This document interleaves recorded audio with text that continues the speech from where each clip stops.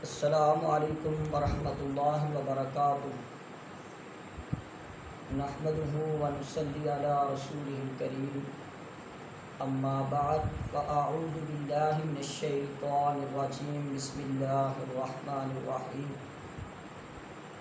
ان عدۃ الشہور عند اللہ 12 شہرا فی کتاب اللہ یوم خلق السماوات والارض منها 4 حرم، صدق اللہ العظیم۔ حضرات گرامی قدر، اسلام ایک مکمل ضابطۂ حیات ہے۔ اسلام چند عقائد یا رسم و رواج، عبادات اور معاملات کا نام نہیں، بلکہ اللہ حکیم و خبیر کے احکام اور اس کے آخری سچے نبی جناب محمد رسول اللہ صلی اللہ علیہ وسلم کے ان اقوال و افعال اور تقریرات کا مجموعہ ہے جن میں موت و حیات، خوشی اور غمی، شادی اور ماتم، گھر اور بازار، انفرادی اور اجتماعی، پوری کائنات کے لیے ایک قابل عمل، معتدل اور متوازن قسم کا ضابطۂ حیات ہے۔ ان عدۃ الشہور عند اللہ 12 شہرا فی کتاب اللہ یوم خلق السماوات والارض منها 4 حرم۔ روز اول سے ہی زمین و آسمان، سورج اور چاند کو پیدا کیا گیا تو یہ بات لکھ دی گئی کہ صبح و شام کی تبدیلیاں، شب و روز کے الٹ پھیر سے جو مہینے وجود میں آئیں گے، جو ماہ و سال وجود میں آئیں گے، ان مہینوں میں جو بھی مہینے وجود میں آئیں گے ان کی تعداد 12 ہوگی۔ 12 شہرن، 12 ان کی تعداد ہوگی، اور ان میں سے منہا 4 حرم، 4 ان میں سے حرمت والے ہوں گے، یعنی کل تعداد مہینوں کی 12 ہوگی اور 12 میں سے 4 مہینے حرمت والے ہیں۔ 4 مہینے مبارک ہیں، محترم ہیں، حرمت والے ہیں۔ وہ 4 مہینے ذوالقعدہ، ذوالحجہ، محرم الحرام اور رجب، یہ 4 مہینے ہیں۔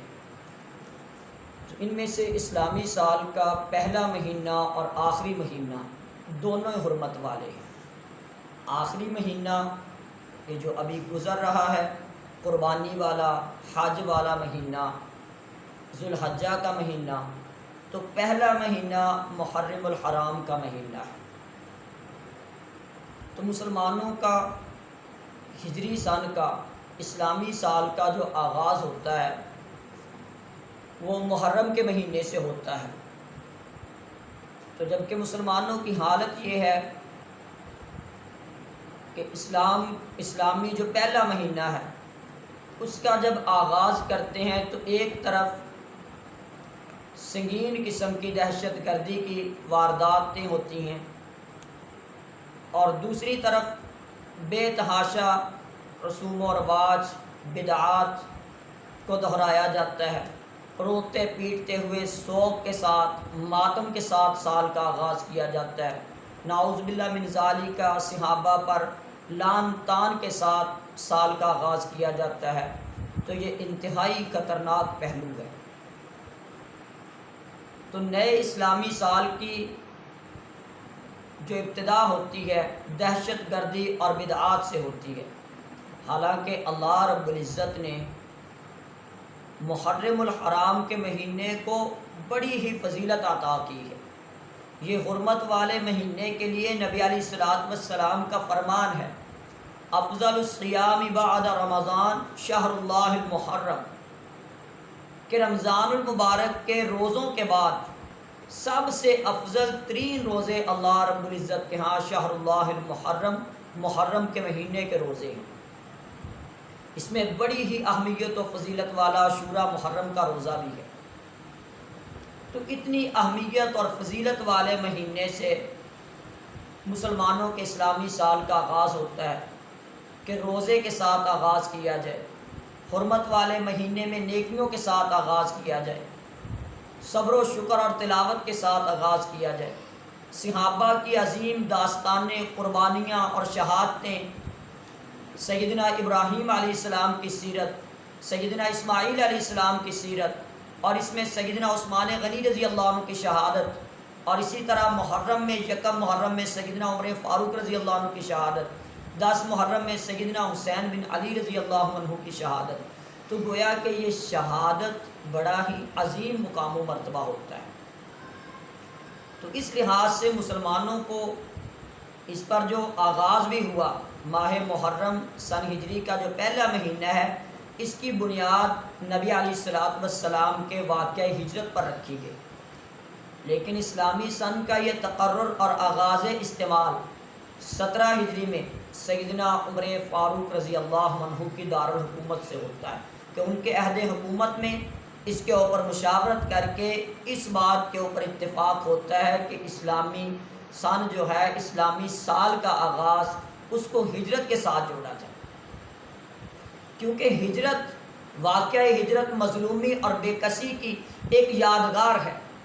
ایک مظلوم اور بے بس انسان، بے کس انسان کس طرح اپنے مشن میں کامیاب ہو سکتا ہے۔ تو نبی علیہ الصلوۃ والسلام کی بعثت کے بعد نبوت کے شروع سے لے کر ایک چھوٹی سی جماعت، ایک مختصر سی جماعت جو آپ صلی اللہ علیہ وسلم پر ایمان لائی، آہستہ آہستہ بڑھ کر ایک عظیم طاقتور جماعت، حزب اللہ جماعت جو ہے اس تک پہنچ گئی،